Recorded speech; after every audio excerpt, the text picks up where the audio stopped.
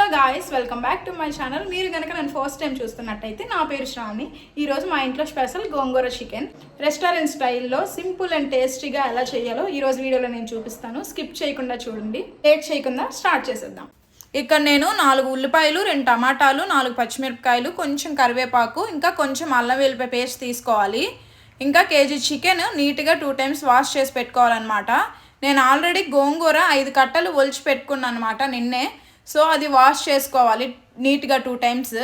మీకు అర్థం అవ్వాలని చెప్పి వీడియో కొంచెం ఫాస్ట్ మోడ్లో పెట్టి చేస్తున్నాను, వీడియో లెంత్ ఎక్కువ అవ్వకుండా. సో స్కిప్ చేయకుండా లాస్ట్ వరకు చూడండి, అర్థమవుతుంది. కరెక్ట్ కొలతలతో ఎలా చేయాలో కూడా చూపిస్తాను, లాస్ట్ వరకు చూడండి.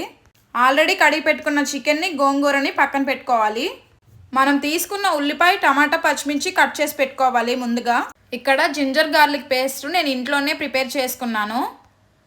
వీడియోలో చూపించిన విధంగా ఉల్లిపాయలు, టమాటాలు, ఇంకా పచ్చిమిర్చి, కరివేపాకు రెడీగా ఇలా కోసి పెట్టుకోవాలి.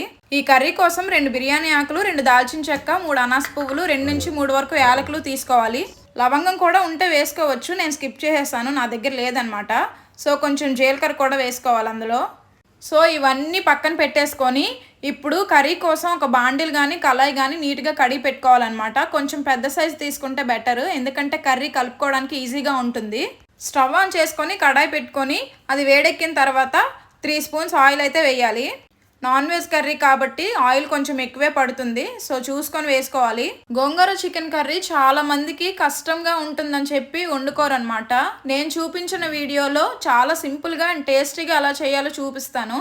ఇంకా ఆయిల్ వేసాక, ఆయిల్ వేడెక్కాక బిర్యానీ సామాన్లు వేసి ఆ తర్వాత ఆనియన్స్, పచ్చిమిర్చి కూడా వేసుకొని కలుపుకోవాలి. అవి కొంచెం వేగినాక కరివేపాకు కూడా వేసి వేయించుకోవాలి. ఉల్లిపాయలు లైట్ బ్రౌన్ కలర్లోకి మారిన తర్వాత అల్లం వెల్లిపాయ పేస్ట్, ఇంకా టమాటాలు కూడా వేసుకోవాలి. టమాటాలు వేసినప్పుడు చిన్న క్లిప్ మిస్ అయింది, సో మీరు అల్లం వెల్లిపాయ పేస్ట్, టమాటా కూడా వేసుకొని కలుపుకోండి. ఉల్లిపాయలు, టమాటాలు దగ్గరికి మగ్గిపోయిన తర్వాత 2 స్పూన్స్ సాల్ట్, మీ కారానికి తగ్గట్టు కొంచెం కారం ఎక్స్ట్రానే వేసుకోండి. నేను 2 స్పూన్స్ వేస్తున్నాను. ఇంకా ధనియాల పొడి కొంచెం వేసి కలుపుకోవాలి. అన్నీ వేసి బాగా కలుపుకున్న తర్వాత లాస్ట్లో పసుపు కూడా యాడ్ చేయాలి, 1 స్పూను. వీడియో స్టార్టింగ్లో చూపించినట్టు కడిగి పెట్టుకున్న గోంగూర కూడా వేసేసుకుందాము.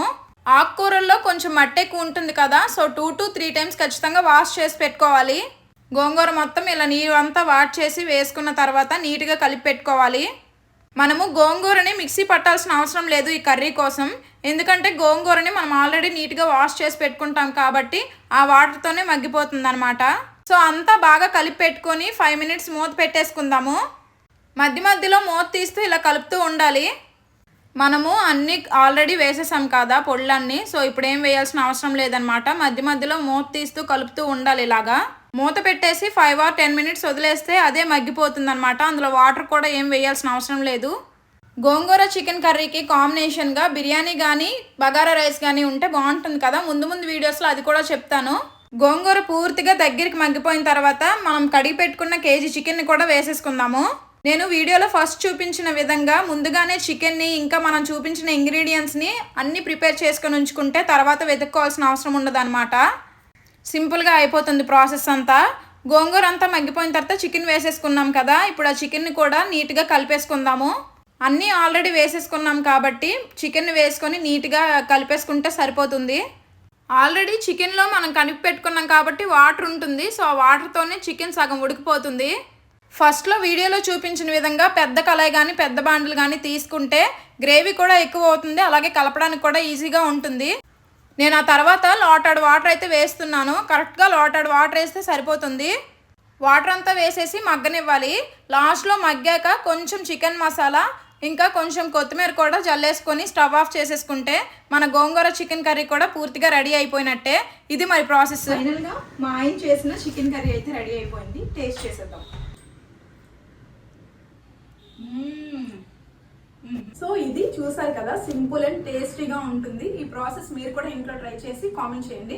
వీడియో నచ్చితే లైక్ చేయండి, మన ఛానల్ని సబ్స్క్రైబ్ చేయండి. Bye bye.